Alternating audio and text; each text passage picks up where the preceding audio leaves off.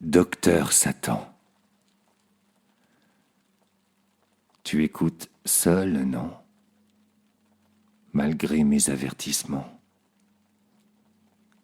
Tu as les écouteurs bien enfoncés dans les oreilles?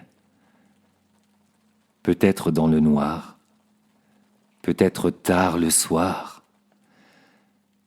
Mais dis-moi, es-tu bien certain que tu veux entendre cette histoire?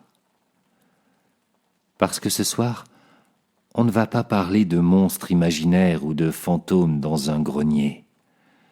Ce soir, je t'emmène dans Paris, pendant l'occupation. Une époque où la peur portait un uniforme et où les pires horreurs ne venaient pas toujours de ceux qu'on soupçonnait. Tu vas faire connaissance avec le docteur Marcel Petiot, un médecin, un voisin, un élu local, un homme qui soignait les pauvres gratuitement, qui serrait des mains dans la rue, qui te regardait droit dans les yeux, pendant qu'il imaginait comment te dissoudre dans l'acide. Si tu écoutes encore dans quelques minutes, si tu n'as pas arraché ton casque ou fermé cette application, alors tu sauras tout. Mais je te préviens, après ça, tu ne regarderas plus jamais ton médecin du même œil. Alors, allons-y. Paris, 9 mars 1944. Le ciel est bas, le silence oppressant. Les rues du 16e arrondissement semblent paisibles, et pourtant une puanteur flotte dans l'air. Une odeur qui s'infiltre dans les murs, qui colle aux narines. Rue Le Sueur, numéro 22. Un hôtel particulier, fenêtre close, rideaux tirés, et une cave qui cache l'enfer. Les voisins n'en peuvent plus. Les pompiers sont appelés. Ils défoncent une fenêtre, descendent à la cave, et là, c'est le cauchemar. Des corps, des morceaux, une bassine de chaux vive, une scène de guerre, non, pire, un charnier domestique.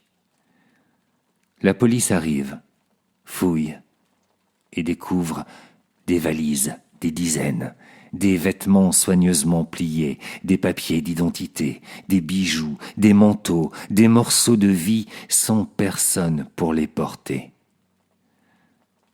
Un homme se présente, Maurice Petiot. Il dit être le frère du propriétaire. Il dit « Ce sont des ennemis, des SS, des collabos. Je suis de la résistance. » Et la police le croit. Il le laisse repartir.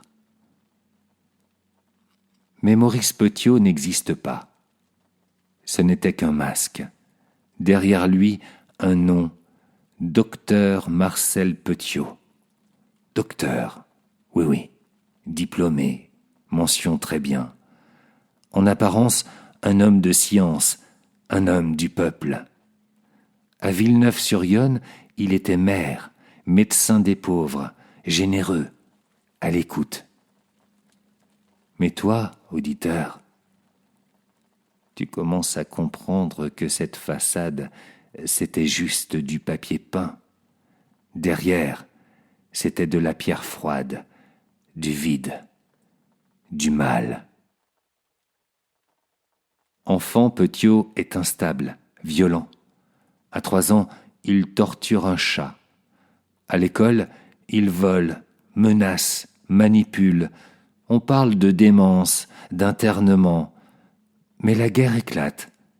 Il devient soldat, il revient blessé, changé.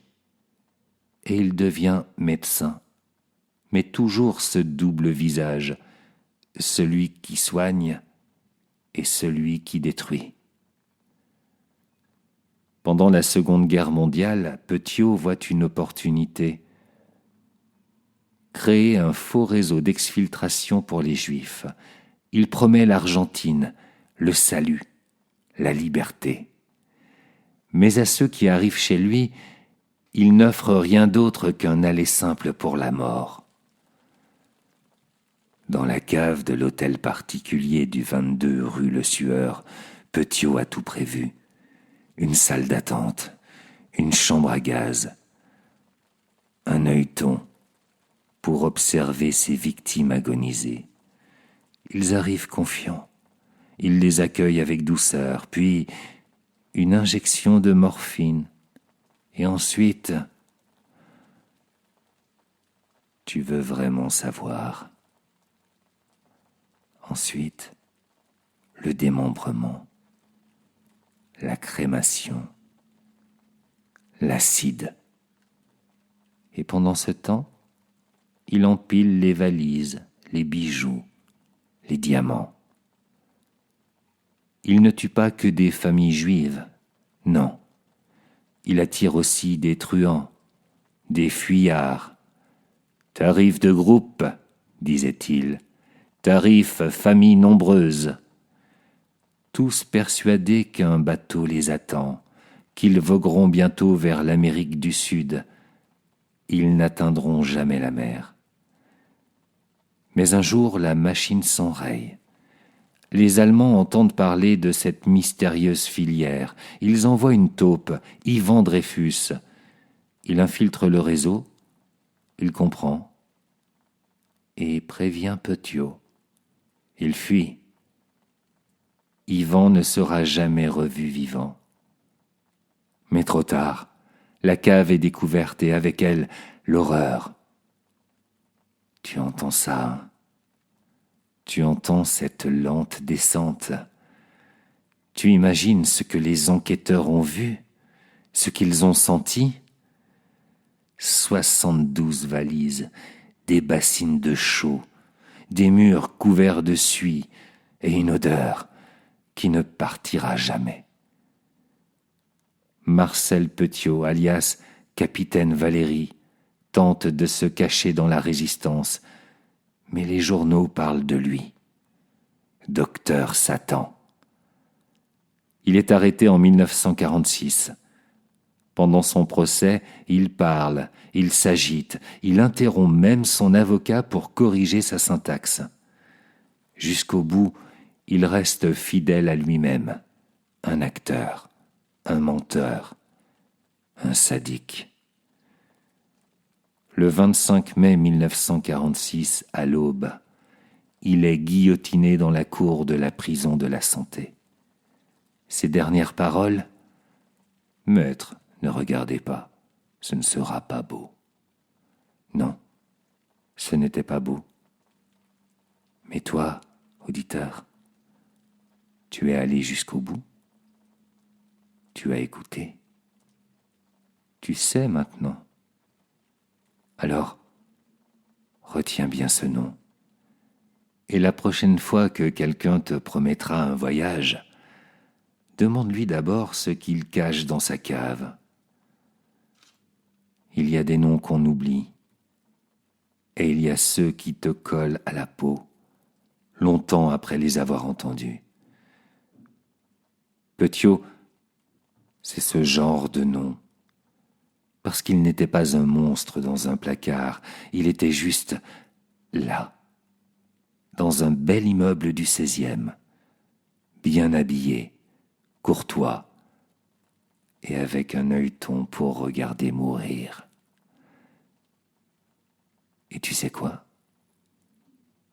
Il a convaincu des dizaines de gens comme toi, des gens seuls, qui ne demandaient qu'une chose, une porte de sortie, une promesse, un départ. Mais avec lui, il n'y a pas eu d'arrivée. Ce soir, tu as entendu cette histoire.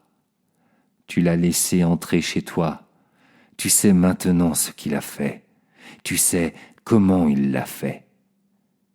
Et même si son hôtel particulier n'existe plus, même si ses murs ont été lavés et repeints, il reste quelque chose. Toi. Oui, toi qui viens d'ouvrir une porte que tu ne pourras plus refermer.